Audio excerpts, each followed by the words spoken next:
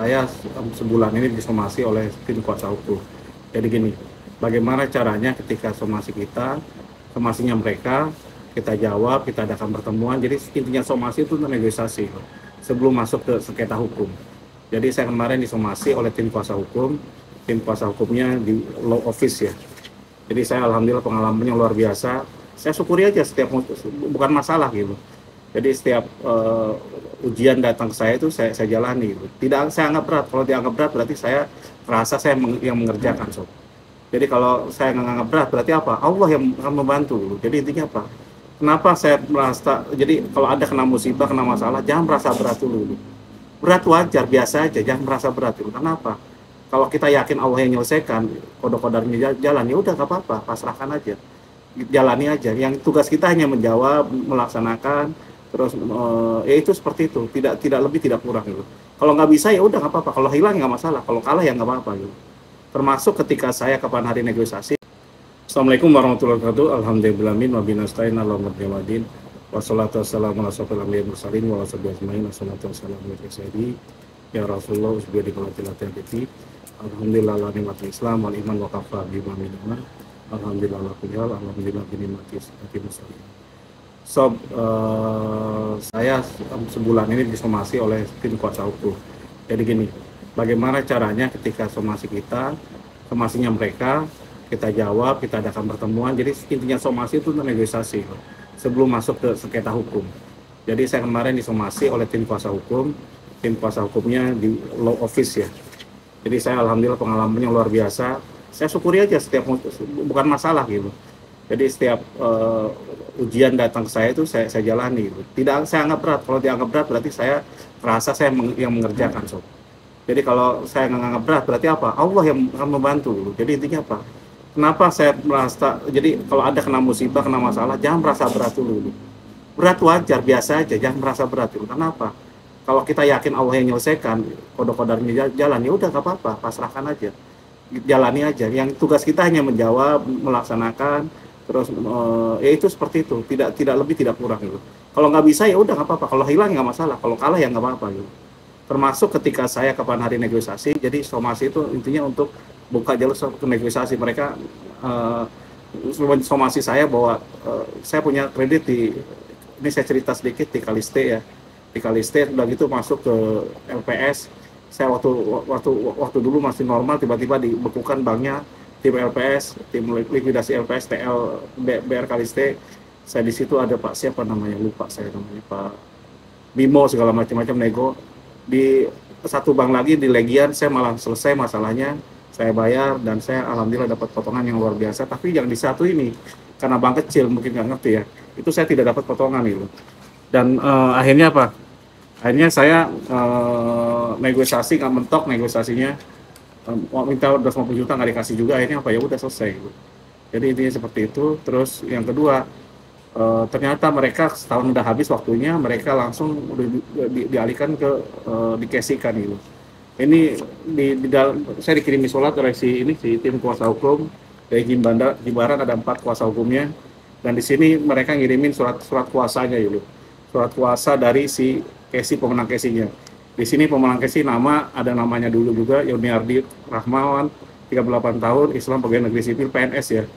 Nah, PNS mana? Nanti saya akan cek mereka gitu. Kalau yang beli itu orang-orang mereka semua, Kesi itu sama aja bohong-bohongan gitu. Kita bisa buktikan di pengadilan gitu. Berarti Kesi yang sepihak karena tidak ada pemberitahuan juga. Jadi Kesi itu segala macam-macam harus ada pemberitahuan ke sebelum ini. Sampai sekarang belum ada pemberitahuan secara resmi ke saya gitu. Tiba-tiba ngirim ini aja, somasi segala macam-macam gitu. Ada surat kuasanya gitu.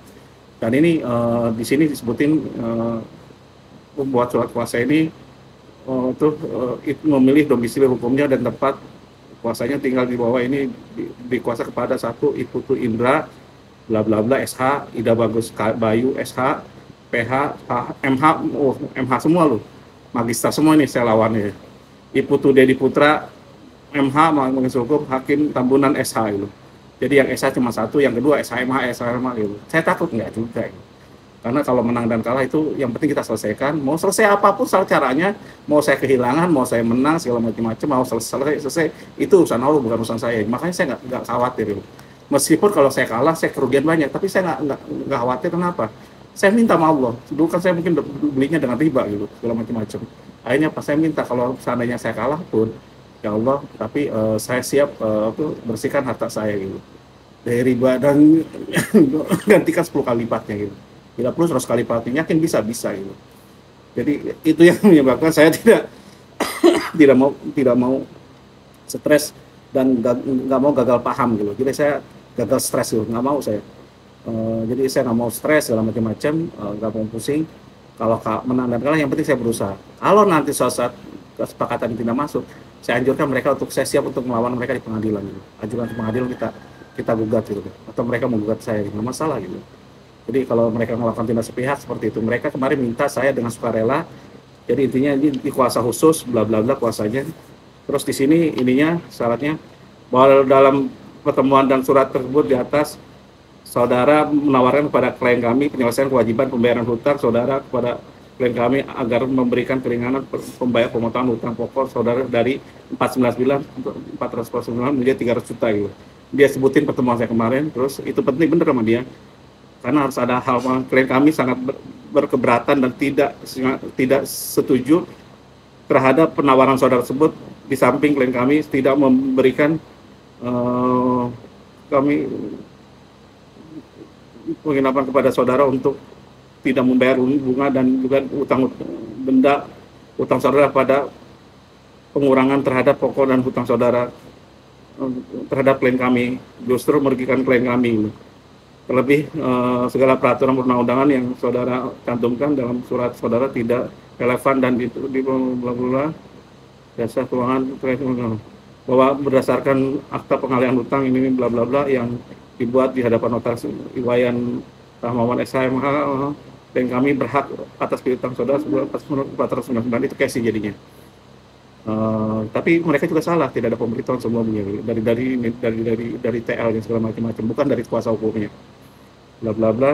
Jadi berdasarkan hal tersebut segala bentuk melekat pada hak klien kami termasuk kewajiban saudara membayar utang ke klien kami sebesar 499 juta bahwa klien kami diperjelas kepada saudara pasca dilakukan pengembalian case piutang dari PT Bank Nasional DL dalam likuidasi kepada klien kami dan saya disuruh untuk setuju itu nanti dulu, apalagi sekarang dengan ada undang-undang penguatan undang-undang nomor 2 ya betul ya, bukan undang MK ya, MK menetapkan kemarin bahwa itu harus lewat pengadilan gitu, tidak bisa sepihak seperti itu, kayak sih sepihak harus lewat pengadilan, jadi putusan pengadilan baru bisa dilakukan gitu. Dan itu kan panjang sob, kalah saya masuk ke kemana, ke pengadilan tinggi, sampai KMA saya akan perjuangkan gitu. Dan saya stres ya? Enggak gitu, saya keluar uang enggak juga gitu, biasa aja, keluar uang biasa aja, hanya biaya biasa doang gitu. Kenapa? Saya jadi pengacara diri sendiri. Jadi jangan sampai sob ini hutang Anda tidak selesai ataupun masih selesai, Anda tidak akan puas gitu, tidak akan dapat keberkahan. Biarkanlah kalau kita yang berhutang kita yang menyelesaikan itu. SKD yang membantu Anda menyelesaikan itu. Anda yang berhutang, Anda yang menjadi siap jadi pengacara di sini, kita hanya bantu mendampingi. Ada tim kuasa hukum kita juga ada gitu, tapi mendampingi gitu. Jadi pendampingan aja. Kalau kepepet banget, segala susah banget dan ada mampu bayar silakan gitu. Karena tapi kan harganya lumayan untuk masuk pengadilan tuh minimal satu putaran sidang 30-50 itu yang paling murah gitu. Bisa 100-200 juta gitu. Kemarin ada orang sampai 300 juta baru 3 bulan belum selesai gitu. Karena harus bayar macam-macam. Bahaya saksi ahli karena dia targetnya mau menang gitu. Apalagi kalau pakai sulkat sana sini repot gitu. Karena oknum-oknum di pengadilan juga banyak, ketika kita datang ada yang nawarin, Pak 50 juta Pak beres katanya. Saya nggak mau, biarin aja gitu. Meskipun saya potensi kehilangannya miliaran, nggak masalah gitu. Kenapa? Ya nyogok dan mensogok itu hukum Allah gitu. Dilaknat Allah. Ngapain saya menjadi musuh Allah? Jadi dapat dosanya juga gitu. Jadi intinya kita barokah aja, santai aja. Jadi kalau saya yang penting selesai, tidak mau pusing gitu. Nah, dari gini itu saya meskipun lewat ini tim hukum, jadi alhamdulillah udah lengkap ilmu saya ditambah terus. Jadi malah saya bukan yang takut, malah saya bersyukur gitu ketika saya hadapi tim kuasa hukum ini gitu, law office ini. Kenapa? Ilmu saya berarti nambah gitu. Dan saya akan belajar dari manapun. Dari mana saya belajar? Saya belajar, teman saya banyak ahli-ahli hukum gitu. Yang jadi pengacara top Agus Hamijai banyak lah pokoknya. Udah di atas MH lagi gitu. doktor gitu. Udah lagi seksi dokter. Kemarin juga saya ketemu dengan orang hebat juga gitu. Jadi jadikan semuanya kehidupan itu pembelajaran. Kalau Anda jadikan masalah, itu akan jadi masalah, Anda nggak selesai. Pusing, stres, segala macam-macam. So, terus pemikiran yang kedua adalah apa? kepemilikan harta kita atau siapapun kita itu hanya sementara kalau di dunia ini. Anda miliki rumah segede gini, kalau hilang ya udah, kalau saya mati kan dibawa sama mati gitu. Ngapain kita harus stres? Yang penting kita bahagia sekarang ini. Termasuk anak, termasuk gimana, gak usah buat stres, santai aja gitu. Dan saya belajar itu dari ayah saya, ayahanda saya yang luar biasa gitu. Mudah-mudahan amalnya buat beliau. Jadi harta itu tidak jamin kita bisa masuk surga dan tidak jamin kita bisa bahagia. Ada beberapa hal yang tidak bisa dibeli oleh harta. Satu, kebahagiaan, kedua, ketenangan hati, ketiga, barokah. Itu susah, sob. Jadi ketika Anda masih saya susah segala macam-macam, ketika Anda masih punya nyawa dan masih berbuat baik, masih hati Anda masih baik, insya Allah semuanya sudah selesai gitu. Anda masih punya kesempatan untuk balik lagi gitu. Demikian dari saya, kalau salah saya banyak salahnya, kalau kurang banyak kurangnya. Wabillahi taufiq wal hidayah. Wassalamualaikum warahmatullahi wabarakatuh.